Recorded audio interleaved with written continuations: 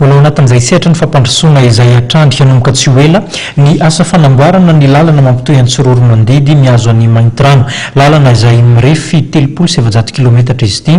Aorinan'izay afa-pasahiranana ireo mponina ao Maintirano ao, indrindra ny ao amin'ny faritra Melaka, satria dia tsy toka-monina intsony izy ireo. Noho ny aratsiany lalana, 3 andro nanaovana ny lalana mampitohy an-Tsororo Mandidy sy Maintirano, izay mirefy eo amin'ny 700 kilometatra raha amin'ny vanim-potoana maintany. Amin'ny vanim-potoana favaratra kosa dia tafakatra 7 andro izany. Ireo fiara-mataho-dalana sy fiara-vaventy no afaka amin'izany lalana izany, raha ny fitarainan'ny fikambanana teraka Melaky. Sakany ny fampandrosoana iny faritra Melaky iny izany raha ny fanazavana.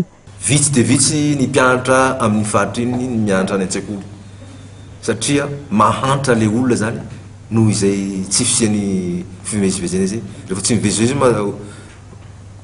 dia tsy misy tokoa zany ny vola miditra any amin'ny faritra zany, tsy tonga any ny mpanambola, tsy tonga any ny mpandraharaha, tsy tonga any ny orinasa miorina any. Ka noho izay zany dia tsy mba misy fidiram-bola firy ny faritra zany, nefany amin'ny faritra iny dia mitobaka ny fambolena, ny vokatry ny fambolena, be dia be ny fiompiana amin'ny faritra iny, indrindra ny ompy, betsaka ny azan-dranomasina amin'ny faritra iny nefa tsy lafo. Anomboka tsy ho ela ny asa fanamboarana io ampahan-dalana io ka mahavelom-bolo tanteraka amin'ny mponina ny toerana asiany zanakam-pelezana ity faritra ity.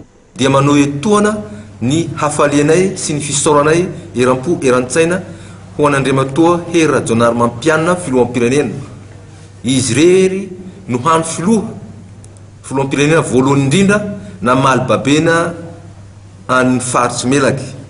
Izay filoham-pirenena nahitany faritsy Melaky masoandro, hanala ny faritsy Melaky tao anatin'ny aiziny fitokana monina, ny tsy fandriam-pahalemana, ny tsy fandrosoana, ny fahantrana ary ny abadoana. Ankoatra ny fiompiana omby dia sopotry Madagasikara ihany koa ny faritra Melaky ary manana vokatra maro momba ny itsony. Ny fananan'ity faritra ity harena kibon'ny tany ihany koa dia isan'ny tombony ho an'ny faritra. Manana toerana ara-pizahan-tany mbola azo trandrana tsara ao amin'ity faritra ity, atoron'osy kely 7 manodidina Maintirano sy mitsinginy Bemaraha. Noho izany dia nanao antsoava ny fitondram-panjakana amin'ny anamboarana ny lalana mampitohy an'i Bekopaka mandalo an'Antsalova, Maintirano, Besalampy, Soalala izay mivoaka any Katsepy ny fikambanan'ny teraky Melaky.